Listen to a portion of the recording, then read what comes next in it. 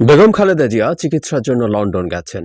সেখান থেকে আমেরিকায়ও যাওয়ার কথা ছিল তার। আমরা জানি সেখানে যাওয়ার পরপরই তিনি লন্ডনের একটা বিখ্যাত ক্লিনিকে ভর্তি হয়েছেন এবং সেখান থেকে বেশ খারাপ একটা খবর এসছে। এই ধরনের খবর এক ধরনের অনুমিতই ছিল। আমি প্রায় একটা কথা বলি, আগে অনুমান করে বলেছি, আজ আমাদের সামনে মোটামুটি খবরটা আছে, সেটার ভিত্তিতেই বলছি। বেগম খালেদা জিয়া এই রাষ্ট্রের গণতন্ত্রের জন্য এক বিরাট আত্মত্যাগ করেছেন। আমি একটু নিউজের অংশটা পড়ি। সমকাল একটা রিপোর্ট করেছে, যেটা হেডলাইন হচ্ছে খালেদা জিয়ার লিভার প্রতিস্থাপন সম্ভব হচ্ছে না। এখানে এভাবে লেখা হচ্ছে, আজ মঙ্গলবার সন্ধ্যায় লন্ডন থেকে এক চিকিৎসক জানান, খালেদা জিয়ার শরীরে নতুন যে জটিলতা তৈরি হয়েছিল তা অনেকটা কেটেছে। বলা যায় পরিস্থিতি উন্নতির দিকে। তার শারীরিক এই অবস্থায় লিভার প্রতিস্থাপন সম্ভব নয়। এটা ঝুঁকিপূর্ণ কাজ। স্বাস্থ্যের অনেক দিক পর্যালোচনা করে সিদ্ধান্ত নিতে হয়। তার শারীরিক অবস্থা এখন স্থিতিশীল থাকলে অনেক জটিলতা রয়ে গেছে। বয়সও বড় ফ্যাক্টর। তিনি বলেন, শারীরিক সক্ষমতা যখন ভালো ছিল তখন বিদেশে নেওয়া গেলে একটা সুযোগ থাকতো। অর্থাৎ এভার কেয়ার হাসপাতালে যখন চিকিৎসাধীন ছিলেন তখন মেডিকেল বোর্ড বারবার তাগাদা দিয়েছিল উন্নত চিকিৎসার বিদেশ পাঠাতে, সেটি সম্ভব হয়নি। আমি অনেকবার এই কথাটা বলেছি। এবার যখন উনি বিদেশে যাচ্ছিলেন তখনও সেটা হচ্ছে তার সম্ভবত লিভার ট্রান্সপ্লান্ট করার স্কোপ হবে না। তার যে বয়স, এটা একটা বড় ব্যাপার। একই সাথে তার আরও অনেকগুলো রোগ আছে, তার হার্টের সমস্যা আছে বা অন্যান্য যেগুলো আছে ওগুলো খুব এই ক্ষেত্রে সমস্যা হওয়ার কথা না। কিন্তু তার এই লিভার ট্রান্সপ্লান্ট যদি আজ থেকে 5 বছর 6 বছর আগে হতো, 7 বছর আগে হতো, আরও আগে হতো, তাহলে কি দাঁড়াতে পারত? খুব ভালো সম্ভাবনা থাকতো একটা লিভার ট্রান্সপ্লান্ট হবে এবং সেটা ওনার জীবন আয়ুষ্কাল আরও বেশ খানিকটা বাড়িয়ে দেবে। আমরা যারা জানি বেসিকটুকু হচ্ছে, লিভারের সিরোসিস যখন হয়, লিভার ইনফ্লামেশন থেকে লিভারের সেলগুলো নষ্ট হতে থাকে এবং ওটা এক ধরনের টিস্যু দিয়ে তৈরি হয়, যেটা আসলে লিভার সেলের মতো কাজ করতে পারে না।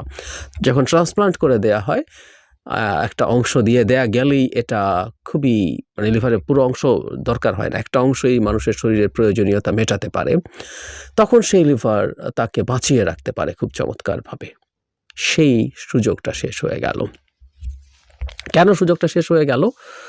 কারণ তিনি আপোষ করেননি। কথাটা বহুবার বলছে, আবার বলা দরকার, বারবার বলা দরকার, কারণ আমি মনে করি ইতিহাসে বেগম খালেদা জিয়ার নাম স্বর্ণাক্ষরে লেখা থাকা উচিত। আমি বিশ্বাস করি সেটা হবে। এর মানে এই নন তিনি ভুল ত্রুটির ঊর্ধ্বে। তিনি রাজনৈতিক নেতা হিসাবে তার এক ধরনের রোল আছেন, রাজনৈতিক নেতা হিসাবে একটা দলের প্রধান হিসাবেও তার নিশ্চয়ই ব্যর্থতা আছে। তিনি 3 বার ক্ষমতায় ছিলেন টেকনিক্যালি, একবার তো আসলে অল্প কিছু দিনের জন্য, মূলত 2 বার রাষ্ট্রের ক্ষমতায় ছিলেন প্রধানমন্ত্রী হিসেবে। প্রথমবার, দ্বিতীয়বার, দুবারই নিশ্চয়ই তিনি অনেক ভুল করেছেন। বিশেষ করে প্রথমবারের তুলনায় দ্বিতীয়বারের ভুলের পরিমাণ বেশি ছিল। সব কিছু বিবেচনায় নিয়ে বলছি, তারপরও গণতন্ত্রের লড়াইয়ের জন্য তার নাম স্বর্ণাক্ষরে লিখিত থাকবে। ধাপে ধাপে তিনি যা করেছেন সেটা। এই আলাপগুলো করা দরকার, কারণ জুলাই অভ্যুত্থানে সরকার পতনের পর বিশেষ করে স্টুডেন্টদের দিক থেকে প্রথম দিকে তারা আস্তে আস্তে তাদের সেই অবস্থান থেকে হয়তো সরে আসছেন কিছুটা। ক্রেডিট ক্লেম করা শুরু হয়েছে যে শেখ হাসিনার পতনের পেছনে ক্রেডিট কার?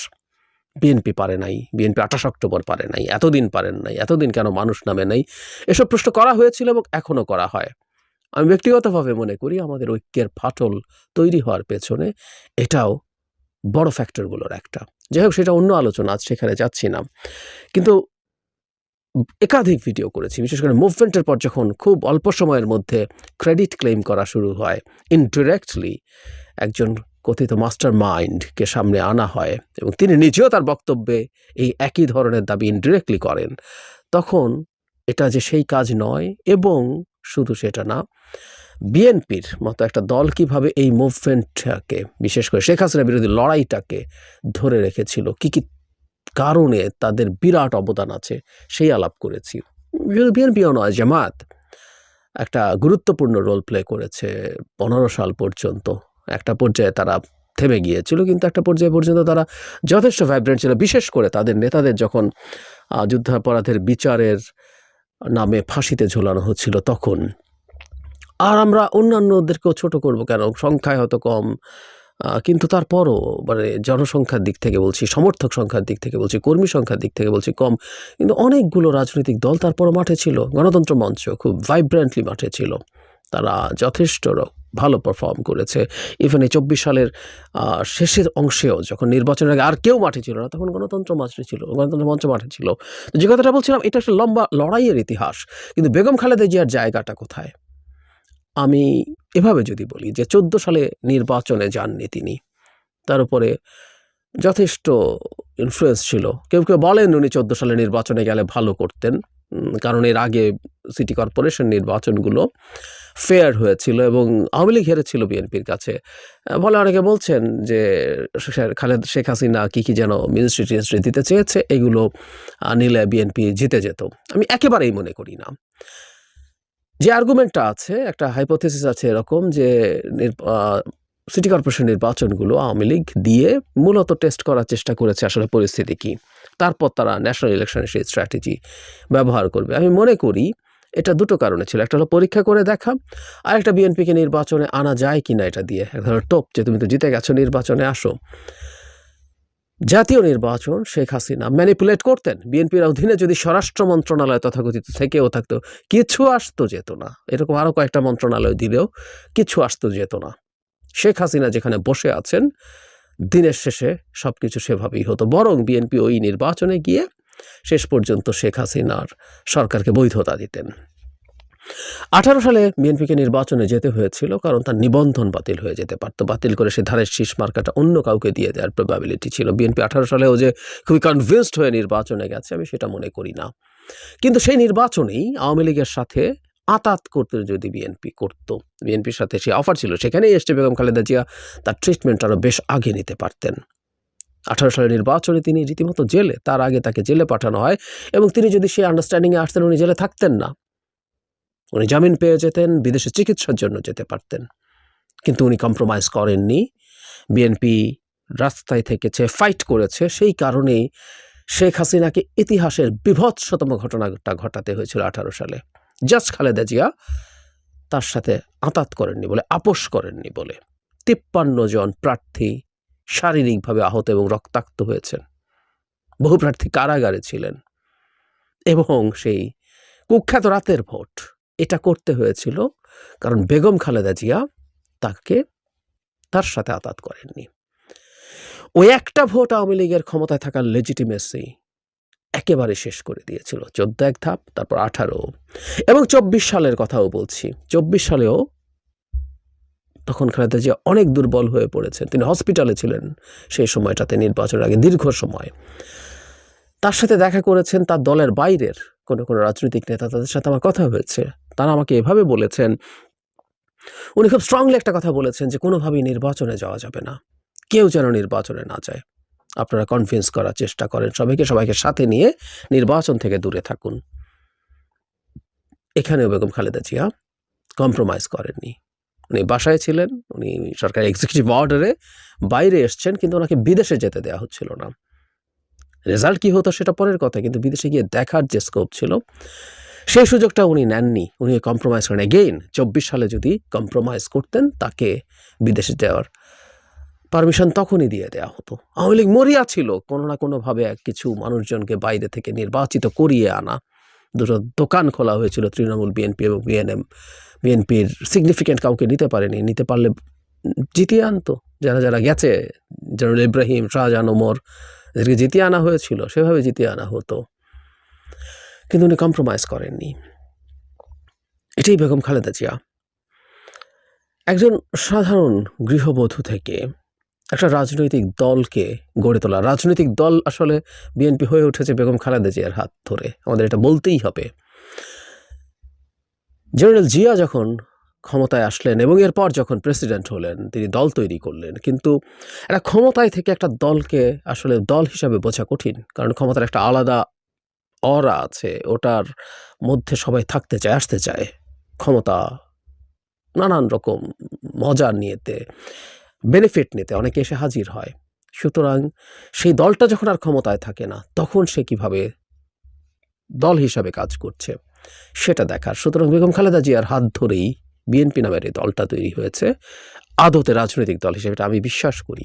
সেটা এরশাদ বিরোধী আন্দোলনের সময় এবং খুবই রাইট ডিসিশনস নিয়েছেন বেশিরভাগ ক্ষেত্রে। 86 নির্বাচনে যাননি,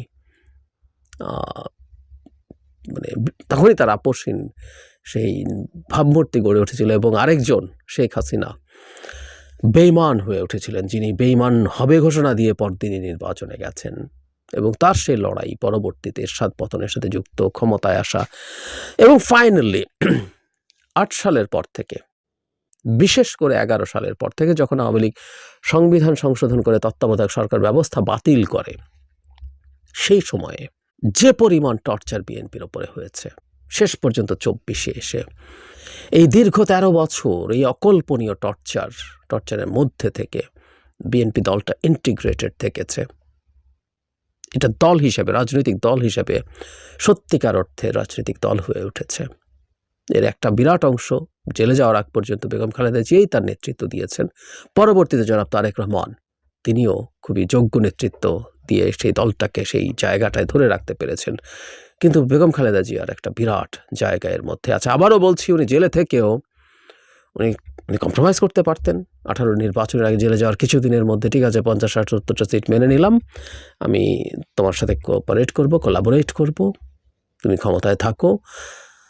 এক সন্তানকে হারিয়েছেন, অপর সন্তানের সাথে জীবনের বাকি সময়গুলো কাটাতে পারতেন, উনি করেননি। সুতরাং জেলে থেকেও, জেলের মধ্যে থেকেও বা পরবর্তীতে বের হয়ে এসেও তিনি আসলে তার যে আপোষহীন চরিত্র সেটা ধরে রেখে বাংলাদেশের গণতন্ত্রের জন্য অকল্পনীয় বড় একটা কাজ করেছেন এবং অকল্পনীয় বড় আত্মত্যাগ করেছেন।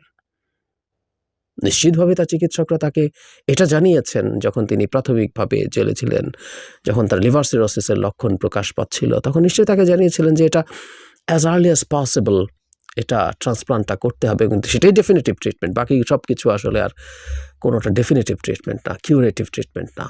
ওগুলো দিয়ে ভালো রাখার চেষ্টা করা হয়, লিভারের উপরে চাপ কমানোর চেষ্টা করা হয়, এরকম নানান কিছু করা হয়, তাতে লাইফ এক্সপেক্টেন্সি কিছুটা বাড়ানো যায়। কিন্তু ওটা লিভার ট্রান্সপ্লান্ট হলে যেমন হতো তেমন হয় না। চিকিৎসকরা নিশ্চয়ই তাকে বলেছিলেন, উনি কেয়ার করেননি এবং মাসুল দিয়েছেন।